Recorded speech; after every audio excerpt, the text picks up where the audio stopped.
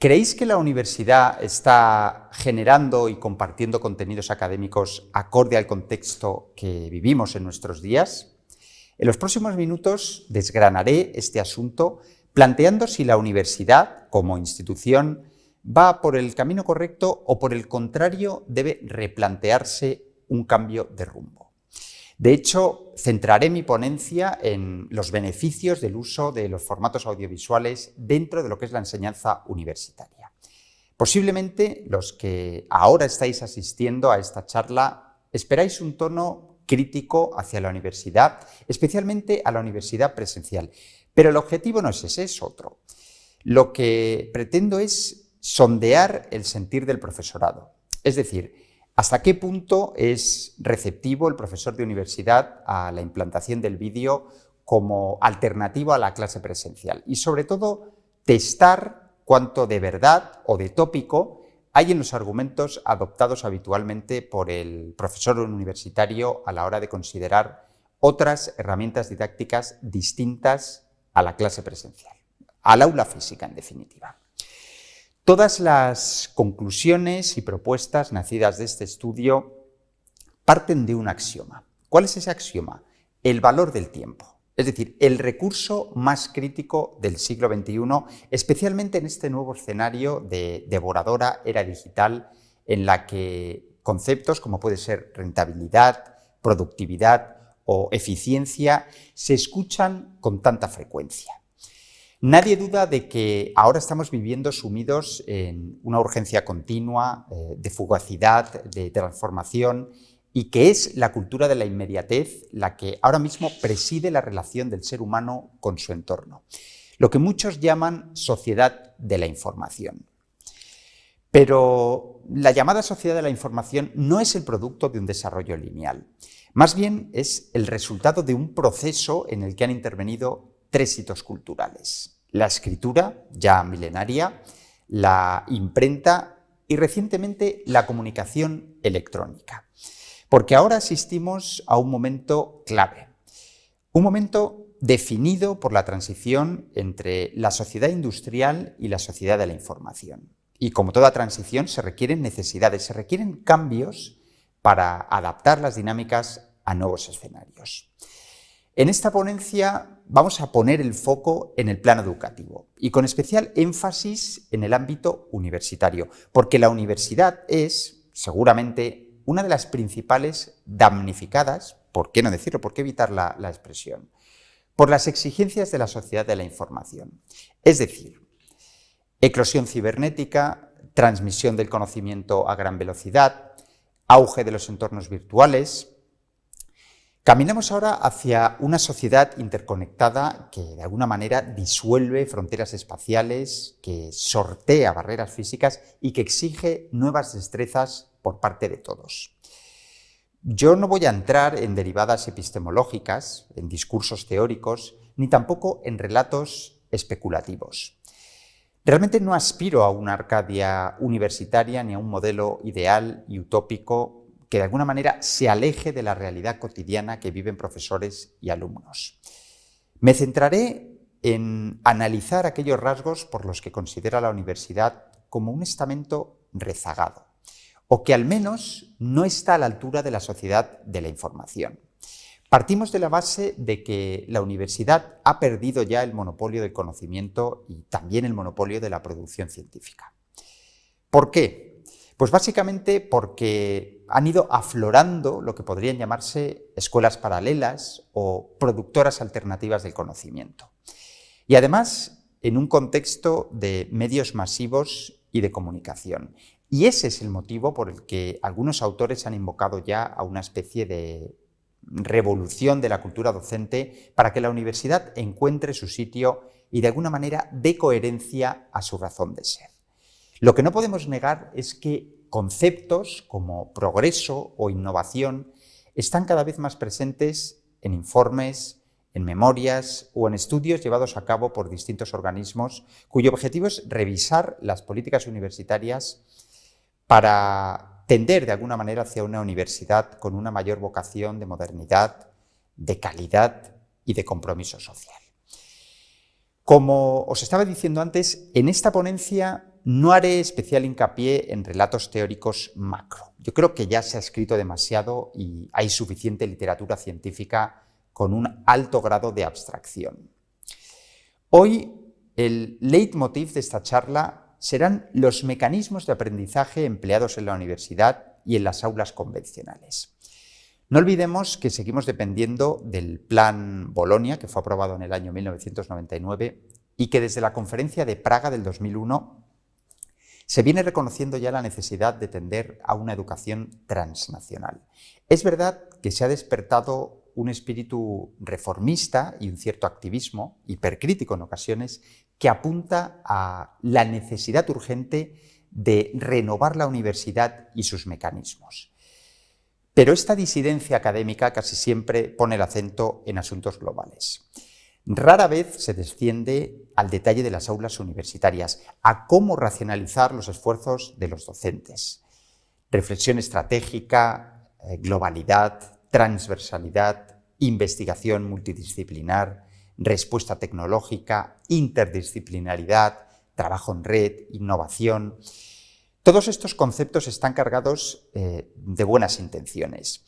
Se asume ya la revolución tecnológica como un imponderable y se da por hecho que en el ámbito de la educación superior hay que revisar paradigmas de manera que el aprendizaje esté en sintonía con las dinámicas de productividad o de rentabilidad propias del siglo XXI.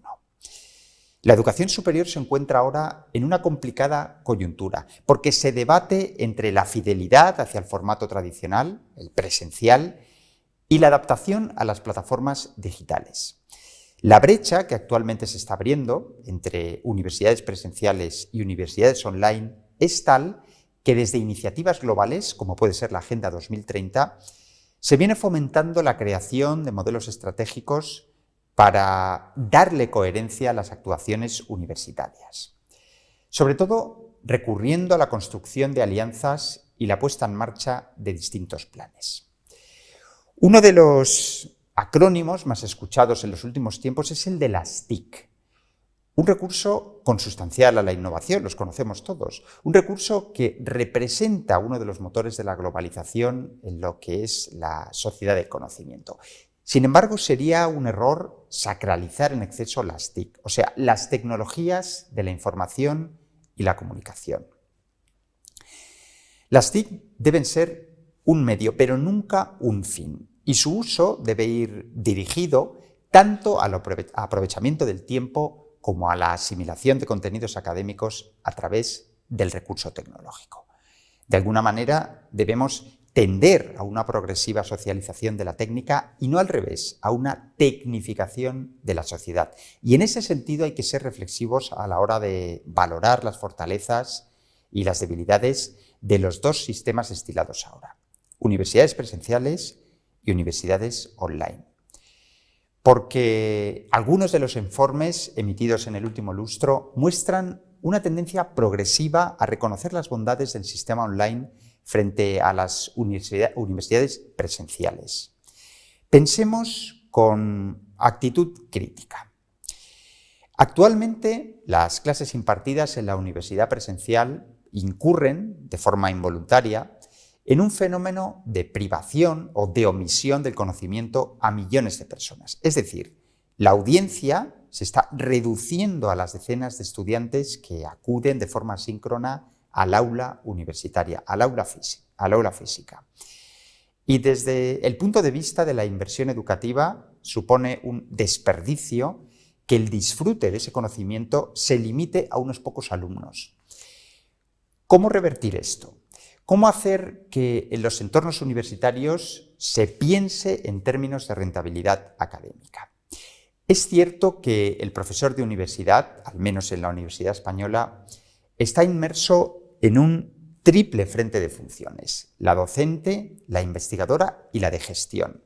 Y más allá de las particularidades que presenta este reparto de funciones, además de la carga laboral, cabe advertir deficiencias estructurales en la educación superior. El modelo vigente de las universidades presenciales es el de aula física como espacio único en el que se generan o se producen contenidos académicos. Y viene siendo así desde que se fundaron, al calor de las escuelas catedralicias y las llamadas escuelas de leyes, las primeras universidades europeas entre los siglos XI y XII. La metodología docente recaía entonces en dos formatos de interacción entre profesores y alumnos: la lectio o lección magistral y la disputatio o discusión. Y la verdad es que poco ha cambiado desde entonces, porque desde el nacimiento de las primeras universidades occidentales, la lección magistral ha sido, al menos en el ámbito de las humanidades, el modelo más común de comunicación entre profesor y alumno.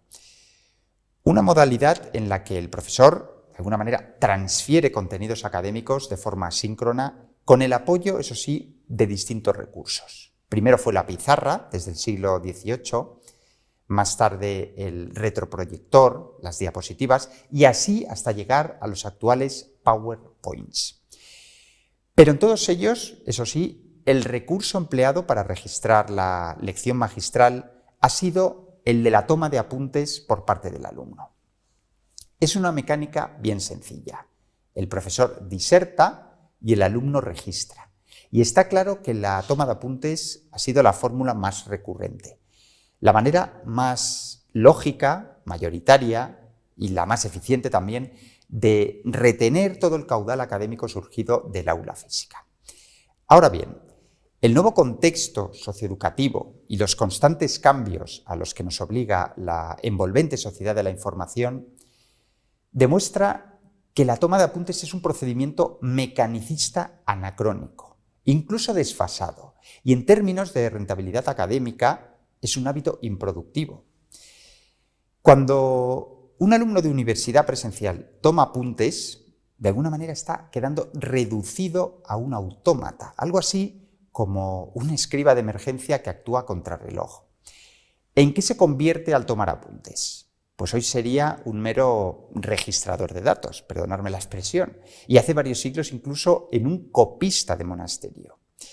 Es decir, que en su afán por dar fe de la mayor cantidad de información proporcionada por el docente, lo que está haciendo es hacer recaer su atención en la mera anotación, convirtiendo pues, este proceso, esta interacción profesor-alumno, en lo que en los escalafones educativos básicos se conoce como un dictado.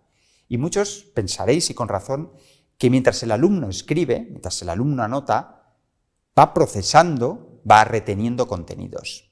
Eso es un argumento indiscutible, sí, es cierto.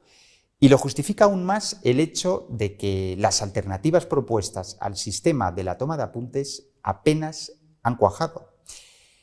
El problema surge cuando las nuevas tecnologías nos ofrecen ya otras alternativas, alternativas que mejoran el sistema tradicional de toma de apuntes. Fijaros que el propio gurú de la información, Bill Gates, ha llegado a decir que así como las corporaciones se están reinventando en torno a las oportunidades abiertas por la tecnología de la información, las escuelas también tendrán que hacerlo. Porque en general, gobiernos, administraciones, incluso empresas, ya han ido adecuando sus mecanismos a los nuevos tiempos. No así la universidad, que sigue resignada al aislamiento institucional y que sigue basando la transferencia académica en el aula física. Quizás uno de los problemas que lastra la universidad es la excesiva sacralización de sus métodos. Pero aspirar a que los procedimientos estilados en la universidad sean eternos se presenta cada vez más complicado. Está claro que administrar el tiempo con eficiencia debe ser una prioridad. E insisto, la toma de apuntes requiere ser reemplazada por sistemas más viables en términos de transmisión de conocimientos, de permanencia, de visibilidad y de eficacia académica. Y más de uno se estará preguntando ahora, ¿cuál es la solución? Bien, pues yo creo que una de las soluciones es el vídeo, porque el vídeo hoy por hoy es la más eficiente o el más eficiente canal de comunicación y transferencia en el ámbito de la enseñanza superior. No solo es una forma simbólica y autónoma de representar la información con distintos grados de abstracción de la realidad, vamos a decir. El vídeo, de alguna manera, contribuye eficazmente a la retención de contenidos y a la representación gráfica del conocimiento con un alto grado de iconicidad. Además, lo que está haciendo es reforzar la recepción de contenidos de forma dual, la imagen y la voz. Y todo esto favorece el componente mnemotécnico de esta herramienta, por no hablar de otras virtudes. Por ejemplo, su permanencia y su accesibilidad. Es decir, que un vídeo puede alojarse en el canal YouTube de forma libre y abierta. Tengamos en cuenta otra circunstancia. Uno de los hándicaps severos de la clase presencial, frente a lo que son las bondades del vídeo, es que el recuerdo o el registro que deja en la memoria de un estudiante una clase presencial, de alguna manera está expuesto a la pérdida progresiva. Ya de por sí, el apunte tomado por el alumno no registra la totalidad de lo expuesto por el profesor. Si además el profesor proyecta diapositivas o expone gráficos, esquemas, fotos, mapas, planos, etc., el alumno no podrá registrar esos grafismos de forma fidedigna. Quedarán en su memoria solo temporalmente y sin las precisiones ni los detalles que toda representación gráfica requiere en su interpretación. Un vídeo no tiene esas limitaciones, porque permite cuantas visualizaciones queramos sin las exigencias de sincronía que sí exige el aula física. Hagamos la prueba. Pongamos por caso la exposición de diapositivas, los ya clásicos PowerPoints, con varias decenas de imágenes en un aula física, por parte del profesor, obviamente. Los apuntes tomados por el alumno, en ningún caso, podrían suplir la fidelidad de la imagen visualizada en un vídeo. Y el cerebro humano difícilmente puede retener, y menos aún tras el paso del tiempo, todos los detalles y matices visuales contenidos en el caudal de imágenes expuesto en una clase presencial. El vídeo tiene esa gran ventaja, porque permite volver a visionar cuantas veces queramos o cuantas veces sea necesario, incluso saltar con el cursor al tramo del vídeo que nos interesa reproducir sin necesidad de escuchar la sesión entera. En términos comparativos, la capacidad de retención memorística en el caso del vídeo es muy superior a la de una clase presencial. Y atención, existe otro argumento de peso a favor de la implantación del vídeo como alternativa. Muchas disciplinas impartidas en la universidad, lo queramos reconocer o no, están poco expuestas a la necesidad de actualizar sus temarios. Por ejemplo, en el área de las humanidades existen otras áreas de conocimiento, como puede ser la filosofía, la historia, la literatura, que no experimentan excesivos cambios en sus contenidos, más allá de bibliografía actualizada, de nuevos congresos, de eventos, de publicaciones que van viendo la luz. Lo cierto es que un porcentaje elevado del contenido impartido en el aula física año a año se repite. Es exactamente el mismo o en un alto porcentaje es el mismo. Deberíamos contemplar la posibilidad de salir de ese bucle conformista consistente en lecciones que se replican anualmente y cuyo registro queda reducido a los clásicos apuntes. Y otra ventaja del vídeo frente a los escépticos, y es que contempla además la posibilidad de alimentar el contenido matriz con textos adjuntos, con comentarios, con matices interpuestos, con bibliografía, porque YouTube permite incorporar textos al que ha producido el vídeo, al productor del vídeo. Desde el punto de vista del retorno académico, si el vídeo sustituyera aquellas lecciones que experimentan pocos cambios con el paso del tiempo, el profesor quedaría liberado de repetir nuevamente la misma lección que ya ha sido grabada y podría invertir ese tiempo en investigación, en ejercicios prácticos, en tutorías, en debates o en otro tipo de fórmulas académicas alternativas. Ahora bien, no todo el profesorado universitario acoge con entusiasmo el vídeo como herramienta académica. De hecho, hay todavía cierto recelo contra un formato sobre el que recaen algunos prejuicios. Todavía hay profesores que desconfían del vídeo, lo etiquetan de contenido sospechoso por su condición audiovisual, lo tachan de artificio antiacadémico, le atribuyen una carga defectismo intrascendente, en fin, prejuicios. Prejuicios porque un vídeo no es nocivo per se como documento.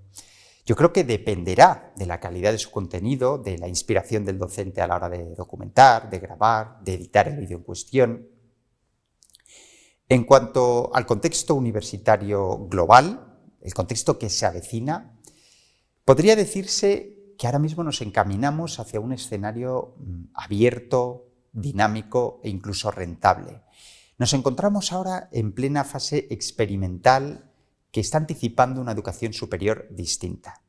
Una educación superior que acabará digitalizando los contenidos académicos para que el alumno disponga de materiales en la red. Y más aún cuando los nativos digitales y la llamada generación Z van eclipsando poco a poco a todos aquellos que representamos la generación puente o los llamados emigrantes digitales. Es cierto que los profesores de universidad e investigadores progresivamente van asumiendo la importancia de divulgar trabajos científicos en redes sociales bajo el convencimiento de que divulgar no implica infantilizar o vulgarizar lo que se comunica.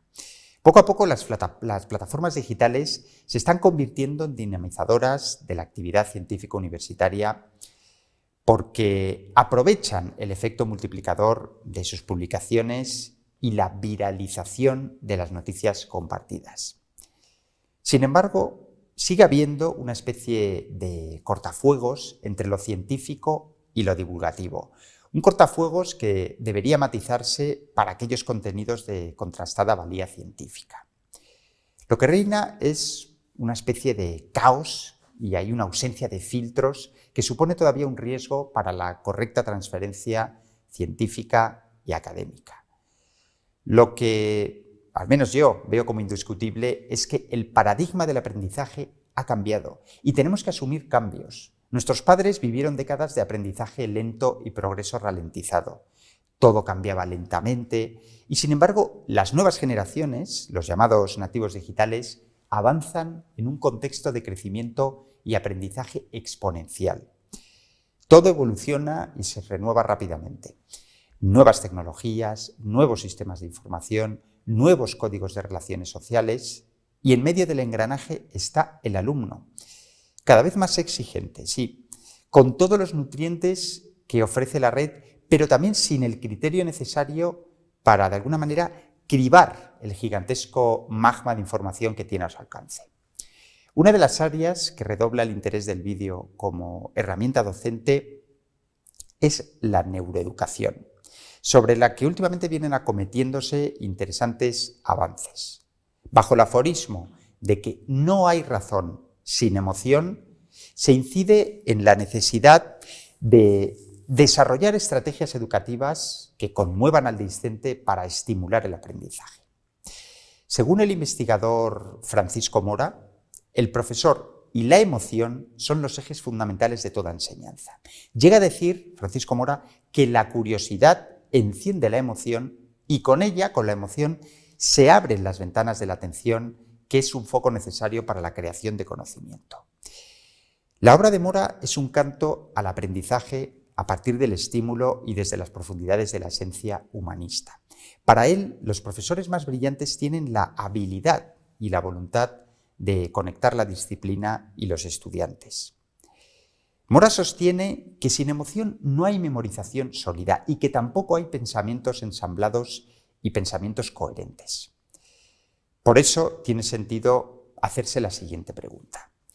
¿Por qué cada vez hay más docentes que desarrollan recursos didácticos encaminados a conmover al discente, al alumno?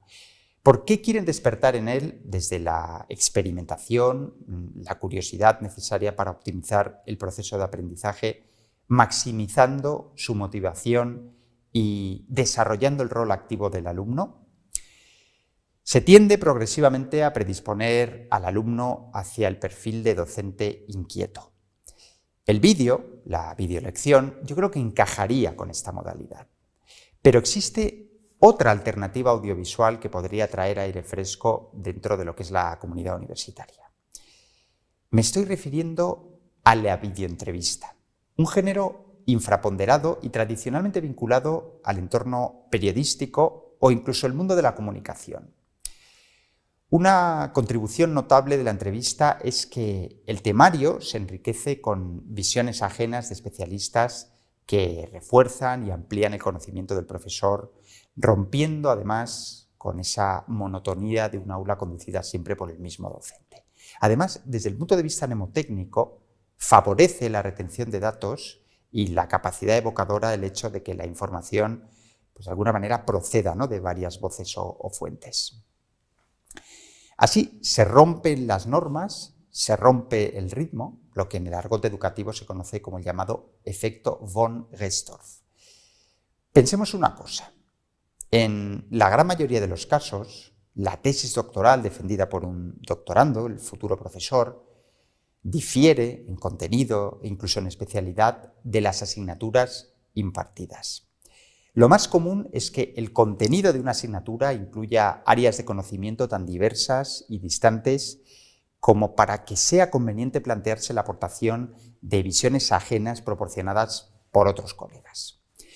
De ahí el acierto de nutrir un aula con videoentrevistas, en las que el profesor de la asignatura interactúa con otro especialista. Yo creo que eso dotaría a los alumnos de un recurso didáctico novedoso, o al menos un recurso subutilizado en entornos de educación superior distintos al periodismo o la comunicación audiovisual. Además, una entrevista, que puede derivar ocasionalmente hacia el formato debate, se convierte en una apuesta dinamizadora basada en la retroalimentación y en la interacción de dos o más profesores. Pueden ser varios, claro. Otro de los beneficios académicos que proporciona la entrevista es que los profesores participantes están creando sinergias académicas, se están familiarizando con temas en los que no son especialistas y además incorporan conocimientos, incluso contactos con otros colegas. Esta nueva estrategia tecnológica, la videoentrevista, supondría cambiar o retocar la norma académica, supondría aceptar una nueva concepción de aula abierta en la que se estilara el préstamo de conocimientos y el intercambio de contenidos académicos entre docentes de distintas instituciones universitarias. En las videoentrevistas, el profesor ejercería de orientador del aula en una suerte de intermediador o de facilitador de información entre lo que son los alumnos y el especialista invitado. Partimos de la base de que los mecanismos docentes en la educación superior carecen de esa transversalidad enriquecedora. Se echa en falta una enseñanza más formativa, más ecléctica y más transdisciplinar. Seguramente sería más beneficioso para todos si desde la perspectiva de la enseñanza y la investigación se fueran emprendiendo proyectos y procesos supradisciplinares o transdisciplinares o metadisciplinares con un espíritu mucho más integrador.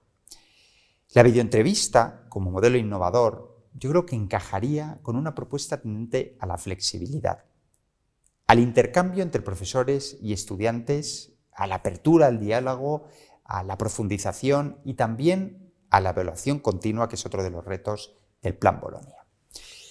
Otro de los asuntos que potencia el valor del vídeo es la asunción de la cultura audiovisual en la sociedad del siglo XXI.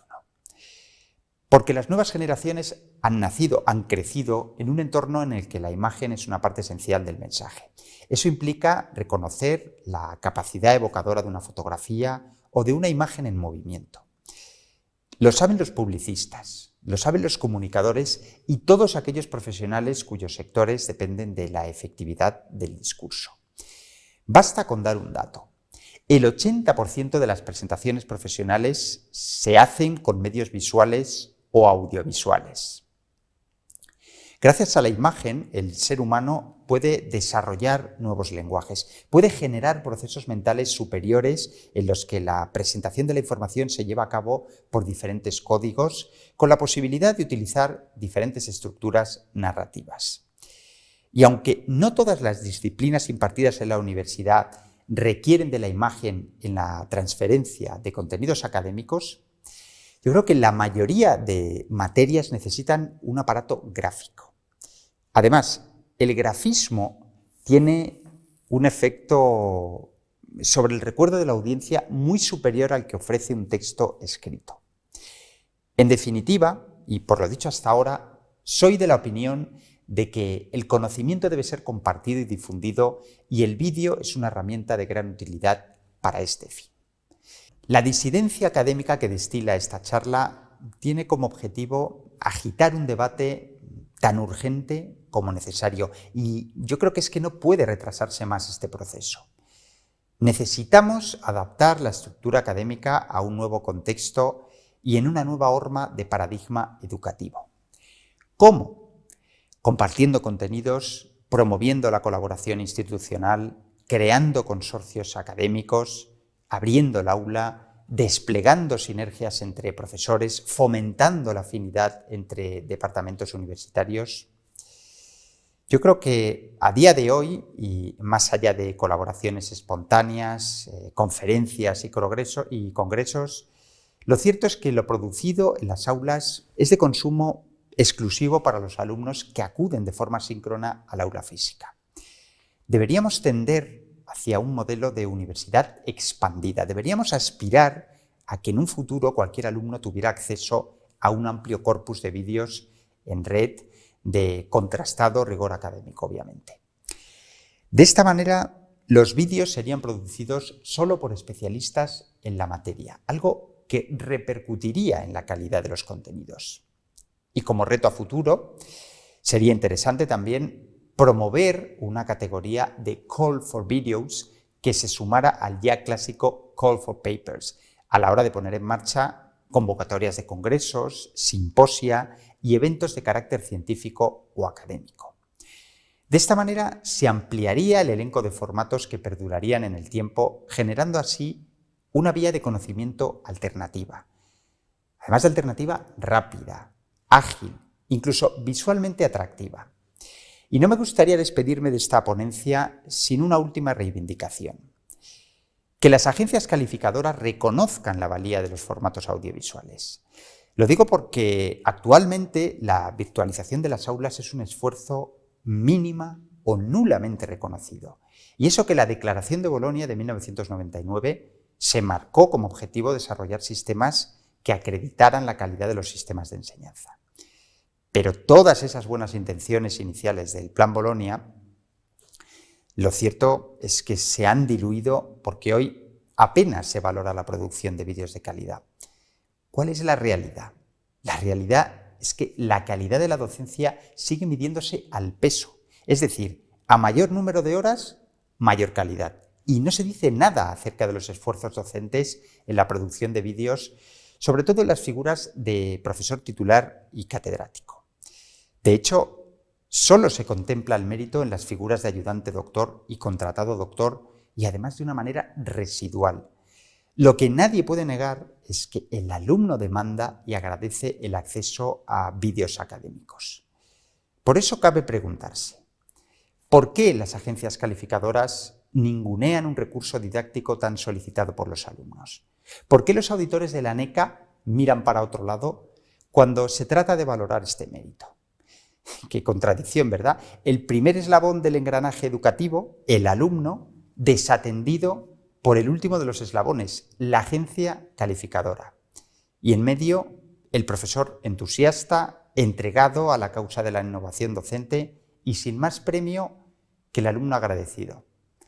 ¿Tardaremos mucho en ver reconocido nuestro esfuerzo?